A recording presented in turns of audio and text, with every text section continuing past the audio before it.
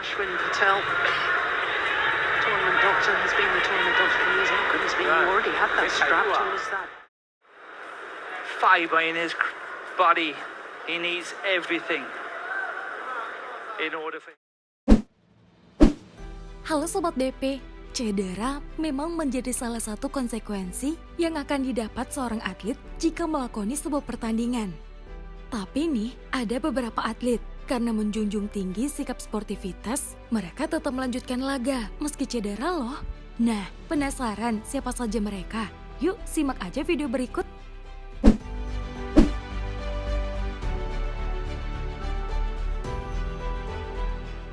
Menang susah payah di game pembuka, Liu Darren sedikit lagi akan berhasil melaju ke babak semifinal di WF World Championships edisi 2018. Apalagi ia sudah unggul 13-12 di game kedua. Naasnya, tunggal putra asal Malaysia ini malah mengalami cedera. Kaki kanannya tak mendarat mulus ketika akan menyambar kok di bibir net. Untung saja setelah mendapat perawatan medis, ia kembali melanjutkan laga. Fibre in his body. He needs everything in order for... Meski begitu, ketika laga dilanjutkan, Liu nampak masih merasakan sakit akibat kejadian tadi dan akhirnya takluk di game kedua.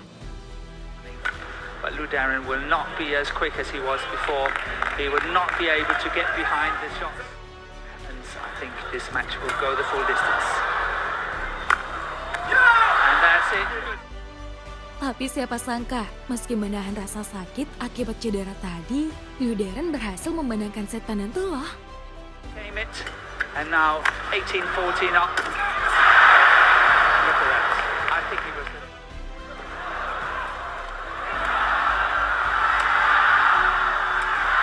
And that's it. That's it.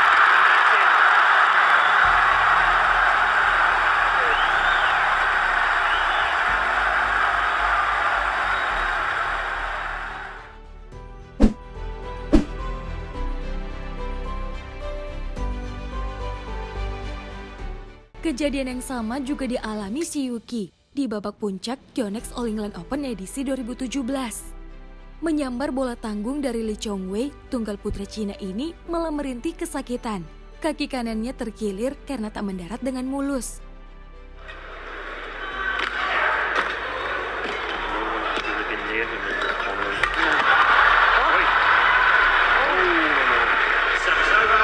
Always hurt his ankle.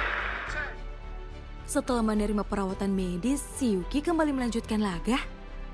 Sayangnya karena cedera tadi, ia tidak bisa memberikan perlawanan lagi dan akhirnya kalah.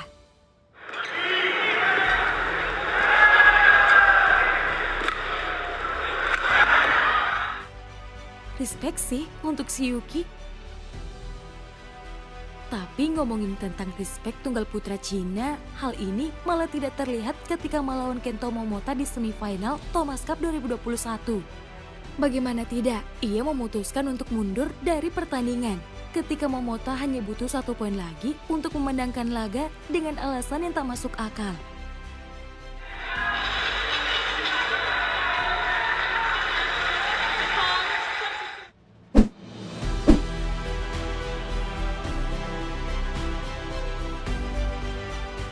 Melewati rally 42 pukulan dengan mantan ratu bulu tangkis dunia Tai Tzu Ying, Yamaguchi harus terpontang-panting agar membuat kok tetap mengudara, yang membuat lutut kanannya pun memar. Now Tai Tzu Ying is back in this rally. Both of them have had a injury. Oh dear, it's bruised as well as grazed. Setelah rally super alot berakhir, tunggal putri Jepang ini pun harus menerima perawatan medis sebelum bisa melanjutkan laga. Tapi kalian sadar nggak kalau ada momen ngakak yang terjadi? Ya, di mana tim medis salah pasien. Yamaguchi yang cedera, malah Tai Tzu Ying yang dihampiri. Probably the best rally too.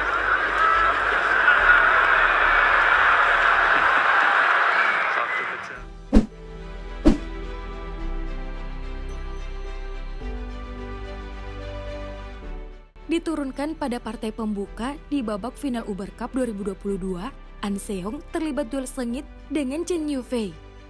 Saking sengitnya, kemenangan pun harus ditentukan lewat rubber game.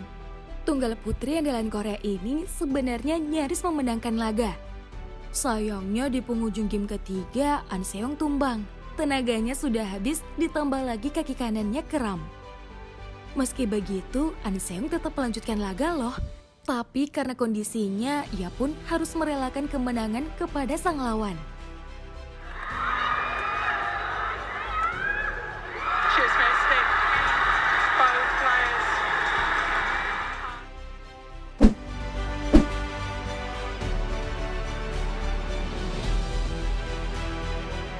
Aksi respect luar biasa juga dipertontonkan Yeremia Rambitan di Indonesia Open 2022. Bertemu wakil Malaysia Jaso di quarter final, pasangan berjuluk Prayer ini sebenarnya butuh 1 poin lagi untuk memenangkan laga. Namun hal tak terduga terjadi, di mana Yerel langsung mengerang kesakitan di tengah rally. Kakinya tak berpijak dengan benar hingga menyebabkan cedera lutut parah.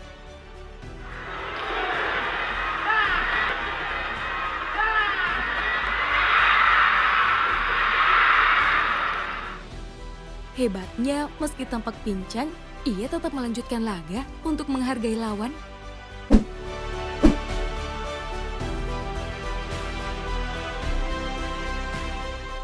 Menghadapi Raja Tunggal Putra Dunia, Popov berhasil memaksa laga ke rubber game setelah berjuang mati-matian di game kedua. Sayangnya di set penentu, ia harus mengalami kekalahan pahit karena mengalami cedera. Kaki kanan Popov kram setelah menjalani rally yang begitu menguras tenaga di pertengahan game. Memasuki poin krusial, cederanya pun kian parah setelah melepas jump smash. Ia terlihat sangat kesakitan dan memegangi paha kanannya. Meski begitu, karena menjunjung tinggi sikap sportivitas, ia tetap melanjutkan laga hingga selesai loh.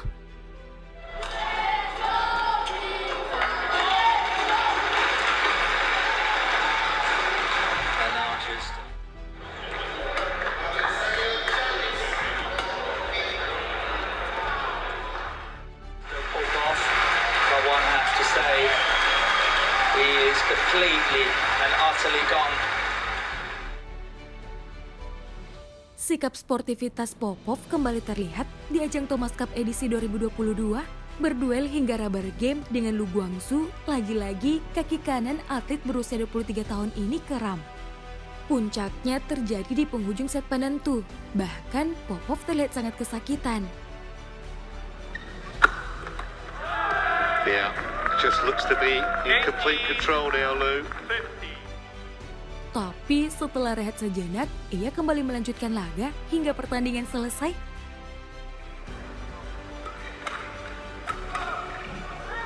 Off the top of the net and wide, 21-50.